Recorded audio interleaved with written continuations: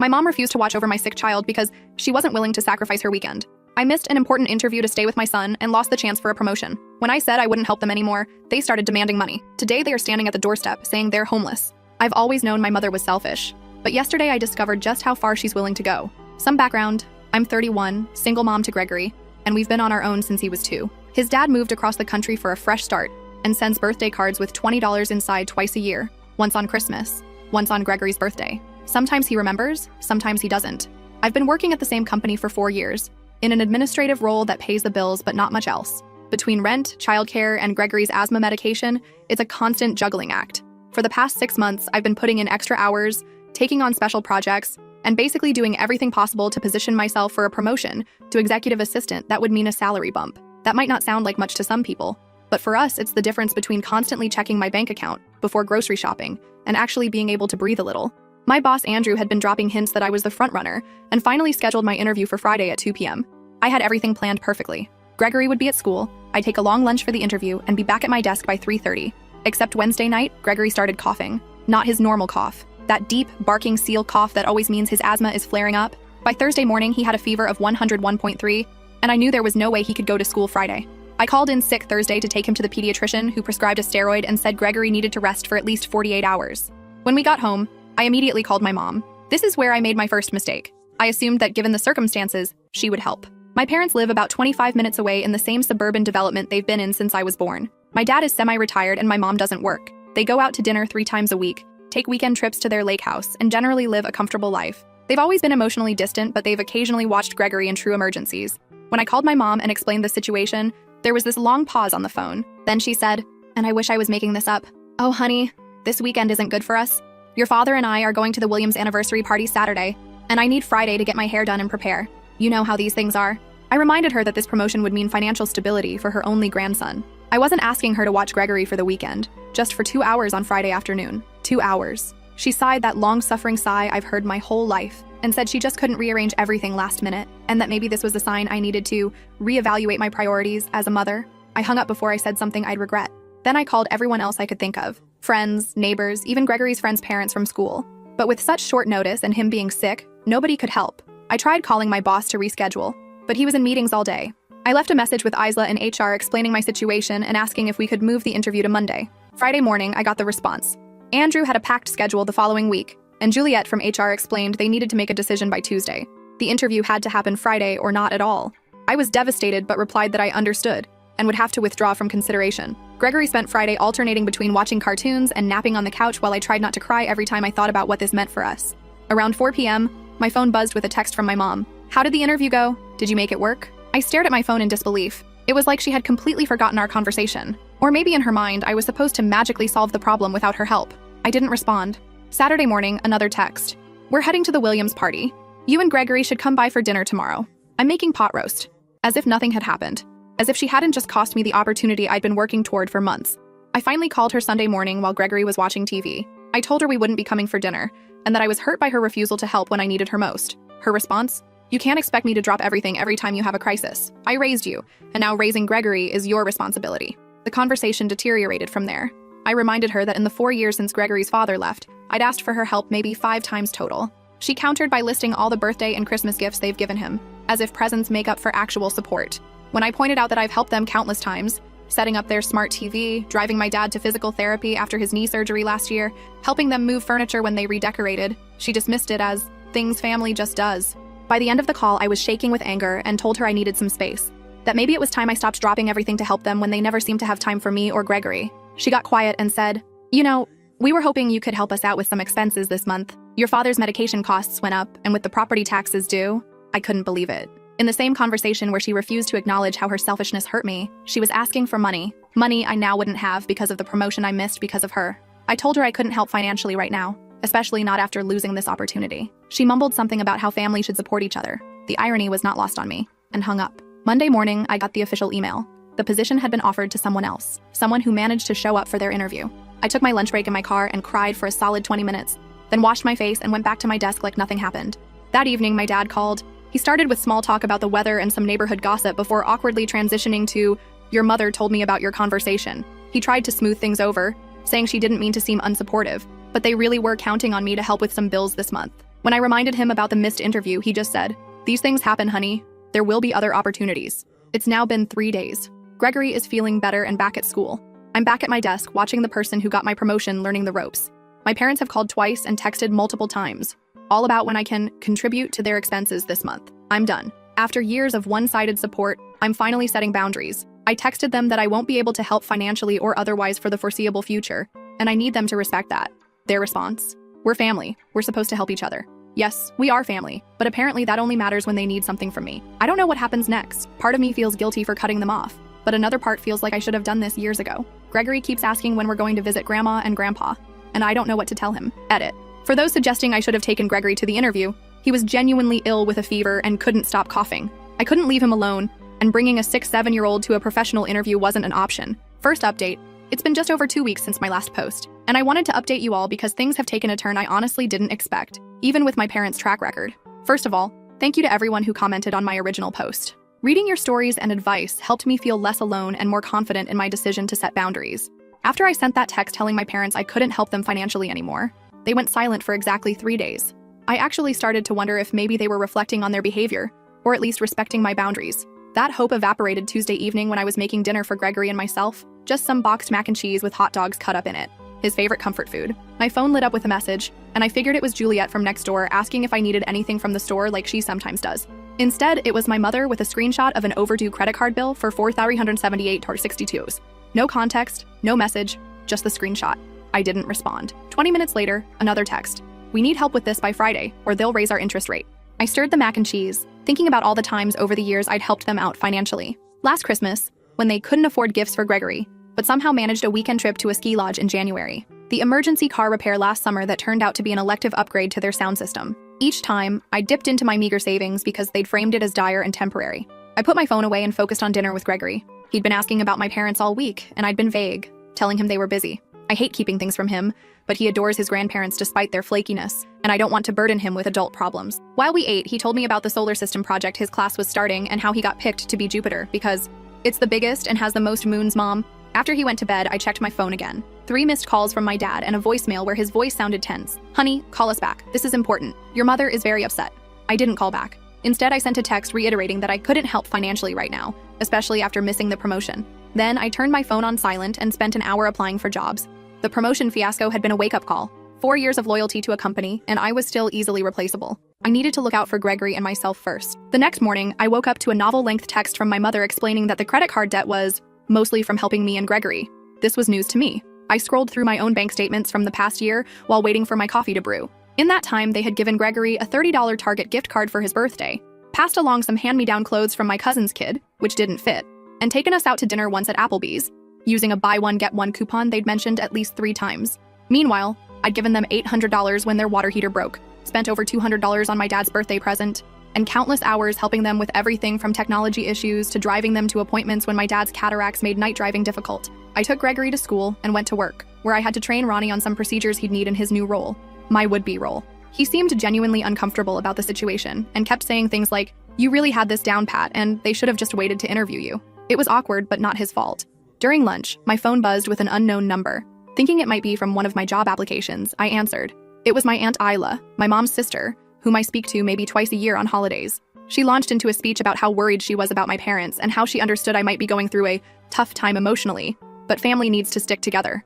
I realized my parents had been calling relatives, painting themselves as victims abandoned by their ungrateful daughter. When I tried explaining what actually happened with the interview and years of one-sided support, she interrupted with, "Well, that's your perspective, but your mother says she's always been there for you."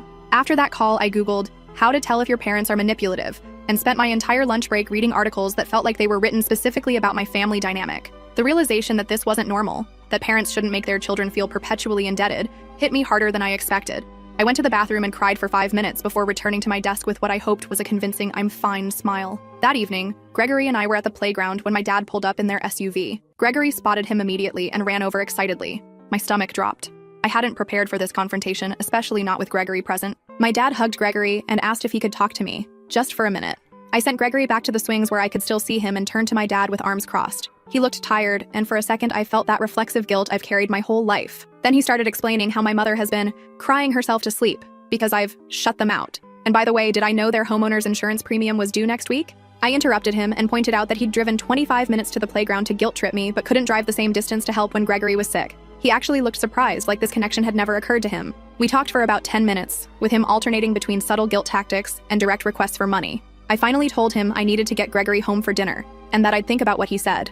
The relief on his face was immediate. He thought he'd won. In his mind, "I'll think about it" had always meant yes, I'll help, because that's how it had always played out before. Over the weekend, my brother Damien called, which was unusual since we typically just text. Like my aunt, he'd gotten an earful from our parents. Unlike her, he saw through their manipulation. "They pulled the same crap with me last year," he told me. "I lent them money for what they claimed was a plumbing emergency, then saw Mom's Facebook post about their new patio furniture the next week." It was vindicating to know I wasn't alone in this experience. Damien and I agreed to keep each other informed about our parents' financial requests going forward. Monday morning, I got a message from a company I'd applied to asking for an interview. It was for a position similar to what I'm doing now, but with better pay and benefits. I scheduled the interview for the following week, allowing plenty of time to arrange childcare, this time with Juliet, who had offered to help after hearing about what happened with my parents. That afternoon, my mother texted again. "We're very disappointed in your attitude. Your father and I have always supported you, and this is how you repay us. We need to talk about this credit card bill." I didn't respond, but I did check their Facebook page. There were posts from just the previous weekend showing them at a nice restaurant with their friends. My mom wearing what looked like a new dress based on the caption, "Feeling fabulous in my birthday splurge." Tuesday night, Gregory was in bed and I was folding laundry when someone knocked on the door. It was almost 9 p.m., so I checked through the peephole before opening. My mother stood there looking somehow both angry and victimized simultaneously. I opened the door but didn't invite her in. She immediately launched into a speech about family obligations and how she and my dad were facing severe financial hardship because of unexpected expenses. When I asked what these expenses were, she became vague, mentioning medical bills, though both my parents are on Medicare, house repairs, though their house is newer than my apartment building, and general cost of living increases. I remained calm and repeated that I couldn't help financially right now. She switched tactics, asking if I could at least help them organize their finances since I'm good with budgeting. Translation: she wanted me to look at their finances, feel guilty about their situation, and offer money. I suggested they speak with a financial advisor at their bank or look into credit counseling services. Her face hardened, and she said something that's been replaying in my mind since. "I don't think you understand. We're your parents. We took care of you for 18 years. Now it's your turn to take care of us." I told her I needed to check on Gregory and closed the door. Through the window, I watched her stand there for almost a full minute before walking back to her car, where my dad was waiting in the passenger seat. Yesterday, I got a group text from my mother to me, Damien, and several extended family members with a link to a GoFundMe titled, "Help 2 Seniors Stay in Their Home." The description vaguely mentioned medical issues and unexpected expenses without specifying anything concrete. The goal was set at $15,000. There were no donations yet. Damien called me immediately, and we were both speechless. Our parents own their home outright. It was paid off years ago. They have retirement income from my dad's pension and Social Security. They are not in danger of homelessness. This was manipulation taken to a new level. I haven't responded to the group text, neither has Damien, but my aunt has already messaged me privately, asking why I won't step up for my parents given everything they've done for me. I'm still processing all of this while preparing for my job interview next week. Gregory keeps asking why we haven't visited Grandma and Grandpa, and I'm running out of excuses. Part of me feels like I'm being cold-hearted, but another part feels like I'm finally standing up for myself after years of being taken advantage of. This morning, I received an email from my dad with, "Urgent, please read" in the subject line. The body of the email just said, "We need to talk face to face. It's about the house." I don't know what to expect next, but I'm trying to stay strong in my boundaries. The job interview next week feels like a potential fresh start, a chance to move forward without the constant drain of supporting people who seem incapable of supporting me when I truly need it. Has anyone dealt with escalating demands after setting boundaries with family? Any advice on how to handle this without completely burning bridges for Gregory's sake? Edit. Thank you all again for the support. To clarify some things from comments, no, I don't think they're actually in danger of losing their house. For those asking about Gregory's father, he pays the minimum child support required by court order, but it barely covers Gregory's asthma medication. Second update. It's been 3 weeks since my last update, and I'm still trying to process everything that's happened. I'm typing this on my phone at 1 a.m. because I can't sleep, so please excuse any typos. After my dad sent that urgent email about the house, I decided to meet with them in a public place rather than at my apartment. I suggested the Starbucks near Gregory's school last Saturday morning. I figured the public setting would keep things civil, and I could pick up Gregory from his friend's sleepover right after. I arrived early and grabbed a table in the corner. My parents walked in 15 minutes late, which was typical. My mom was wearing her designer sunglasses and carrying her Coach purse, the one I helped her pick out for her birthday last year. My dad had on his golf shirt despite the cool weather. Neither of them looked like people in dire financial straits. As soon as they sat down, they started talking over each other about how their mortgage company was harassing them about missed payments. I interrupted to point out that they'd told me multiple times over the years that their house was paid off. There was this awkward silence, and then my mom admitted they had taken out a home equity line of credit 3 years ago. Apparently, they'd used it to renovate their kitchen, take a cruise to Alaska, and help out with expenses. When I asked why they hadn't mentioned this before, my dad mumbled something about not wanting to worry me. The truth became clear as they explained further. They'd been making minimum payments, mostly covering just the interest, and now the bank was concerned about their payment history. They weren't facing immediate foreclosure. They were just being asked to make regular payments on time. I felt this weird mix of relief that they weren't actually losing their home and frustration at the manipulation. I asked about the GoFundMe, which had accumulated a grand total of $175 from 3 donors. My mom waved her hand dismissively and said it was just in case things got worse.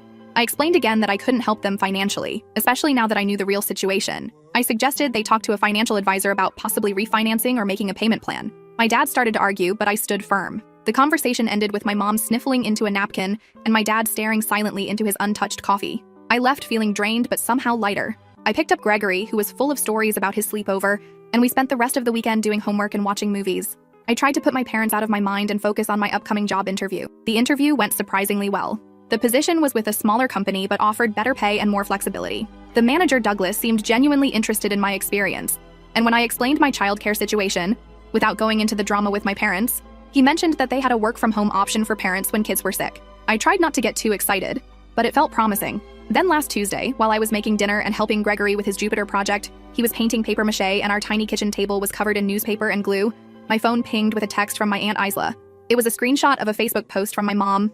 Sometimes the hardest part of being a parent is watching your child make poor decisions. Praying for guidance during this difficult time. The comments were filled with vague, sympathetic responses, with my mom replying cryptically about financial hardships and ungrateful children. My aunt's message below the screenshot said, "What's going on? Your mom is posting concerning things." I didn't respond immediately. Gregory and I finished his planet, cleaned up the kitchen, and went through his bedtime routine. After he was asleep, I drafted several responses to my aunt but deleted them all. How could I explain years of one-sided support and manipulation in a text? Instead, I messaged my brother Damien, who confirmed he'd seen the posts and had already called out our mom in the comments. His comment had mysteriously disappeared within an hour. Wednesday evening, I got the call I'd been hoping for. Douglas offered me the job, with a start date 3 weeks out to give proper notice at my current position. The salary was $2,000 more than what the promotion would have been, plus better benefits and that crucial flexibility for Gregory's needs. I accepted on the spot and felt a wave of relief wash over me. This was the fresh start we needed. I picked up Gregory from after-school care and took him for ice cream to celebrate.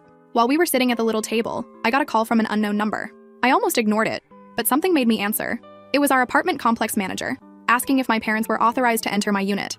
Apparently, they had shown up claiming they needed to drop off something important for Gregory but had forgotten their key. My stomach dropped. I had never given them a key, and they definitely weren't authorized to enter my apartment. I told the manager absolutely not, thanked her for checking, and immediately called my parents. No answer from either of them. I rushed Gregory through the rest of his ice cream and drove home, worried about what they might be up to. When we pulled into the parking lot, my parents' SUV was still there, parked in a visitor spot. I told Gregory to wait in the car with the doors locked, something I'd never done before, and promised I'd be right back. I tried calling my parents again as I walked to the manager's office, but still no answer. The manager, Ariana, looked relieved to see me. She explained that my parents had become increasingly insistent about accessing my apartment, claiming they'd left medicine for Gregory inside. When she'd refused without my authorization, they'd sat down in the lobby and said they would wait. They'd been there for almost 2 hours. I steeled myself and walked to the lobby, where I found my parents sitting with a small suitcase and my mom's oversized purse. They looked up when I entered, and my mom immediately burst into tears. My dad stood and started explaining that they'd had a misunderstanding with their mortgage company, and their utilities had been shut off due to clerical errors. They needed a place to stay just for a few days until everything got sorted out.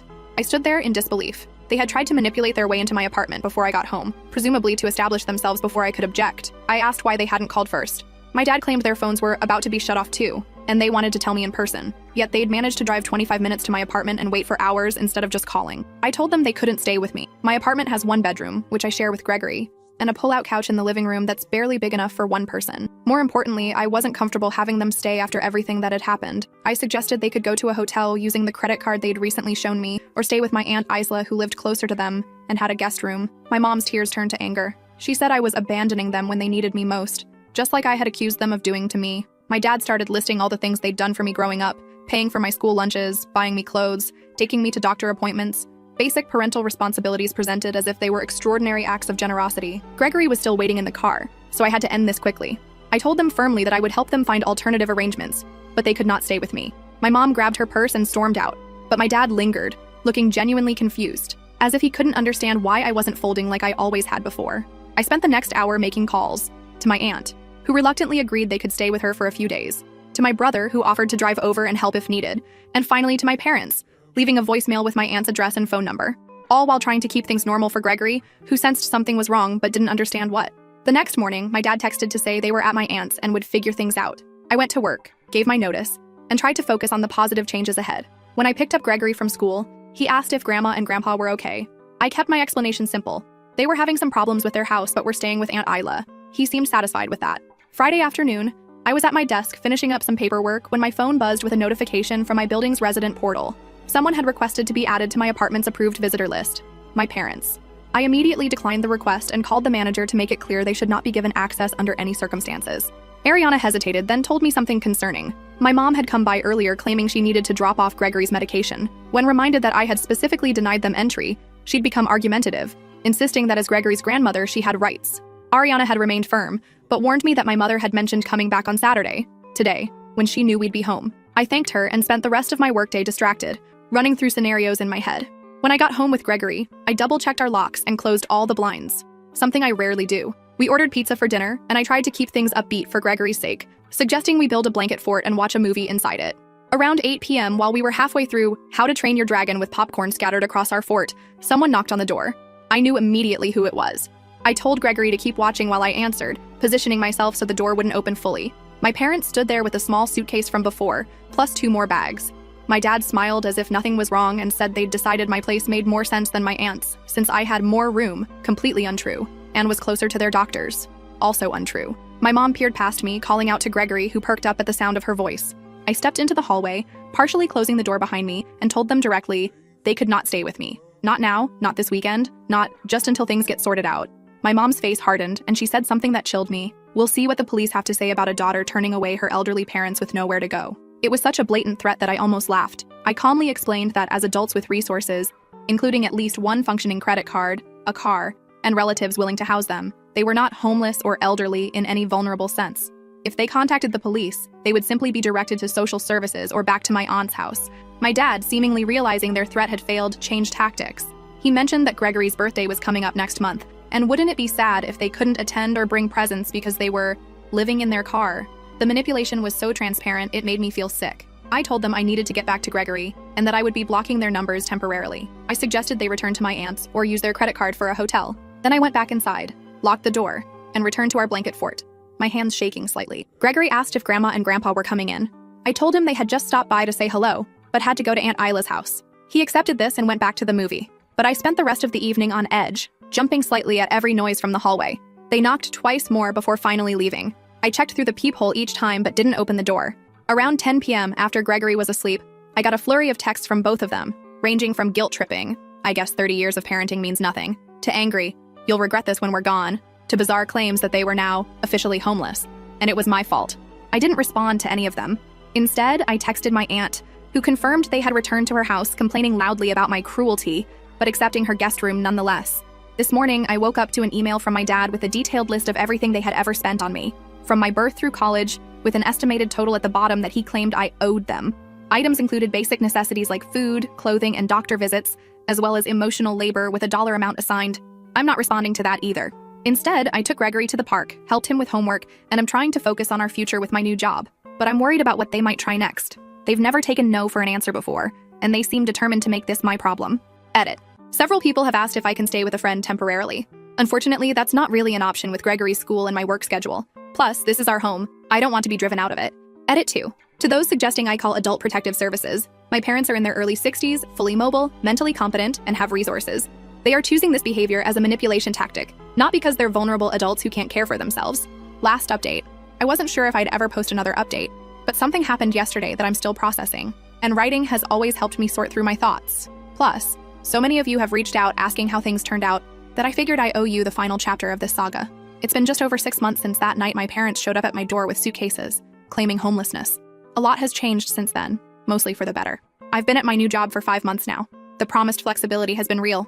When Gregory had an asthma flare-up last month, I worked from home for 3 days without any guilt trips from management. The extra income hasn't made us rich by any means, but I no longer wake up at 3 a.m. calculating whether I can afford both Gregory's school supplies and the electric bill. We moved too, about 7 weeks ago. Just a small 2-bedroom apartment in the same school district, but Gregory finally has his own room. You should have seen his face when we went furniture shopping at IKEA and I told him he could pick out his own bedspread. He chose one with planets. Our refrigerator isn't constantly on the verge of dying, and the shower maintains water pressure for more than 5 minutes. Small luxuries that feel enormous after years of making do. As for my parents, that situation has been complicated. After the night they showed up at our door, I didn't hear from them directly for almost 3 weeks. Instead, they launched what my brother Damien calls the family PR campaign. My Aunt Isla, various cousins, even my dad's bowling buddies, all contacted me with different versions of "they're really struggling" and "family should stick together." I started therapy about a month after my last post. My new insurance covers it, and honestly, it's been eye-opening. My therapist helped me see patterns I'd been blind to my whole life, how I'd been trained since childhood to feel responsible for my parents' happiness and financial stability, how no was never treated as a complete sentence in our family, how guilt was weaponized whenever I tried to establish independence. I kept the documentation going, saving every text, email, and voicemail. In late March, I had to use it. My parents somehow convinced Gregory's school that they were authorized to pick him up for a doctor's appointment. Thankfully, the front office called me to confirm, and I was able to rush over there. My parents were in the parking lot waiting. When I confronted them, my mom claimed they just wanted some quality time with their grandson. After that incident, I spoke with the school administration, showed them the documentation of ongoing harassment, and they updated their security protocols. That was the turning point. I sent a certified letter to my parents stating that any further attempts to see Gregory without my explicit permission would result in legal action. I didn't want to do it. Writing that letter made my hands shake. But Gregory's safety had to come first. They backed off after that, at least physically. Gregory has struggled with all this, unsurprisingly. He misses his grandparents and doesn't fully understand why we don't see them anymore. I've tried to explain in age-appropriate ways without demonizing them. We've had many conversations on the drive to school about how sometimes people we love can make choices that aren't healthy, and how it's okay to love someone but need space from them. I'm not sure how much sinks in, but he seems to be adjusting. My relationship with my brother has actually improved through all this. Damien and I were never particularly close. He's 5 years older and moved across the state after college. But dealing with our parents' behavior has brought us together. He visits about once a month now, and Gregory adores his cool uncle, who teaches him card tricks and brings him comic books. In April, I learned through family gossip that my parents had indeed fallen behind on their mortgage payments, but not because they were destitute. They'd been prioritizing credit card spending over housing payments, assuming they could always catch up later. According to my aunt, who has become surprisingly supportive once she saw the full picture, they worked out a payment plan with the bank and are no longer in danger of foreclosure. They never were truly homeless. It was manipulation, pure and simple. My aunt also let slip that my mom had been furious when I got the new job instead of helping them out financially. Apparently, she'd been counting on my guilt as a reliable income source, and my sudden backbone had thrown off their financial plans. I wish I could say I processed all this with perfect emotional clarity, but that wouldn't be true. There have been nights I've cried after Gregory went to bed, wondering if I'm doing the right thing. Days I've composed lengthy text messages explaining my perspective, only to delete them unsent. Moments I've seen something Gregory did and thought, Mom would love this, before remembering where we stand. The hardest part has been holidays and birthdays. Gregory turned 8 last month and he asked if Grandma and Grandpa were coming to his party. I had arranged a small celebration at the local bowling alley with a few friends from school. When I told him they weren't coming, his little face fell for just a moment before he rallied and started talking about the cake. That moment gutted me. I did send them photos of Gregory at his party through my aunt. I'm not trying to cut them off from knowing anything about his life. I'm just setting boundaries about direct contact until I can trust their behavior. Now, about that unexpected call. Yesterday morning, I was making pancakes for Gregory, our Saturday tradition, when my phone rang with my dad's number.